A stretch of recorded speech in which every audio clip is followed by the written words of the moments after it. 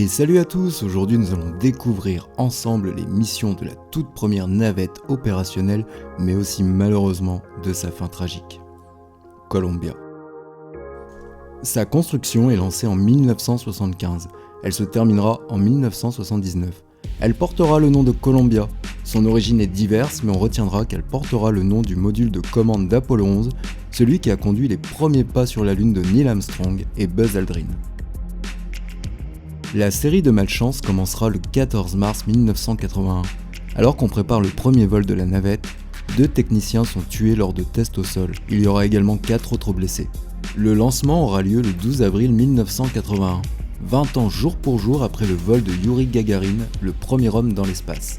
Une date très symbolique et l'équipage l'est tout autant. Pour cette première mission, elle comportera seulement 2 astronautes. John Young, qui a notamment marché sur la Lune avec Apollo 16, et Robert Crippen qui effectuera son premier vol. Mais dès les premières minutes de la mission, le centre de contrôle de la NASA se rend compte de la difficulté de faire décoller une fusée avec une navette sur son côté. Au cours de la mission, les astronautes feront part au centre de contrôle que des tuiles thermiques servant à protéger la navette lors de la rentrée dans l'atmosphère se sont détachées. La NASA jugera ce problème mineur malgré que ce soit récurrent dans les prochains vols. Au cours de ses nombreuses sorties spatiales, Columbia effectuera plusieurs missions symboliques, comme celui du vol le plus long dans l'espace, 17 jours et 15 heures, ou encore celle de la première navette pilotée par une femme en 1999, l'astronaute Helen Collins de STS-63. Elle transportera notamment le fameux laboratoire Space Lab conçu par l'ESA, l'Agence spatiale européenne, sur STS-90. Au total, la navette Columbia aura réalisé 28 missions au cours de ses 22 années de service. Mais le monde se souviendra surtout de son dernier vol. Nous sommes le 16 janvier 2003. La navette Columbia s'apprête à partir pour 16 jours de mission avec à son bord 7 astronautes. Les problèmes commencent dès le décollage. Comme nous pouvons voir sur ces images, un projectile venant percuter l'aile gauche de la navette. À ce moment-là, et ne disposant pas assez d'éléments pour juger de la gravité de la situation, le centre de contrôle prévient tout de même les astronautes en leur précisant que ça n'aura aucune conséquence sur leur retour sur Terre. Durant ces 2 semaines de mission, l'équipage se relaie et réalise plus de 80 expériences scientifiques. Nous sommes le 1er février, l'équipage s'apprête à revenir sur Terre. Ils effectuent une manœuvre de désorbitation afin de rejoindre l'atmosphère. 4 minutes plus tard, des débris s'éjectent de la navette. Pour faire simple, elle est en train de se désintégrer.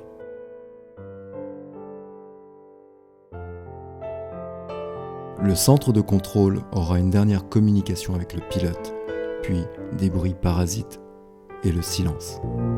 And Columbia, Houston, we see your tire pressure messages and we did not copy your last. Roger, Columbia, Houston, UHF comm check.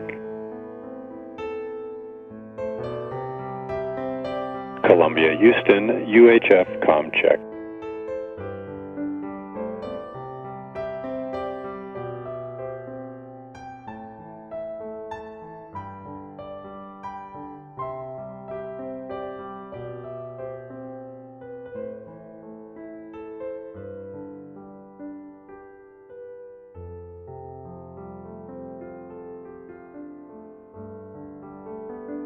La NASA se rendra très vite compte de la situation grâce à de nombreuses caméras braquées sur le retour de Columbia, notamment un hélicoptère de combat de l'armée américaine qui filmera ces images.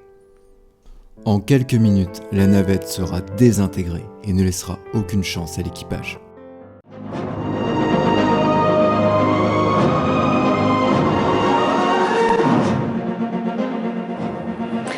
Madame, Monsieur, bonsoir. Dans l'actualité de ce samedi, l'explosion en vol de la navette spatiale Columbia. Pendant sa rentrée dans l'atmosphère, il y avait 7 astronautes à bord, dont 2 femmes et un Israélien. L'accident est encore inexpliqué. Il a eu lieu après une mission de 16 jours et a plongé dans la stupeur le monde entier. Des débris de l'appareil ont été retrouvés au Texas. Après l'annonce officielle de l'accident, le Texas sera mis en zone sinistrée afin de retrouver au plus vite les débris de la navette. Une commission d'enquête se chargera, entre autres, de reproduire l'accident survenu au décollage. La NASA, convaincue de la solidité des ailes de la navette, et sous le choc. L'équipage de la mission STS-107 restera dans les mémoires de la NASA, mais aussi du monde. On se souviendra d'hommes et de femmes partis trop tôt, afin de réaliser leur rêve, celui de voler parmi les étoiles. Mais malheureusement, ce n'est pas un cas isolé, et on le verra dès le prochain épisode avec la navette Challenger. J'espère que ce nouvel épisode vous aura plu. Quant à moi, je vous laisse avec ces quelques images, et je vous dis à la prochaine. Allez, salut. Discovery is now running off its 3 onboard fuel cells. T-minus 17 seconds and counting.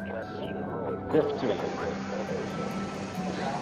12, 11, 10, 9, 8, 7, 6, start, 2, 1, boost ignition, and liftoff of the Space Shuttle Discovery, returning to the space station.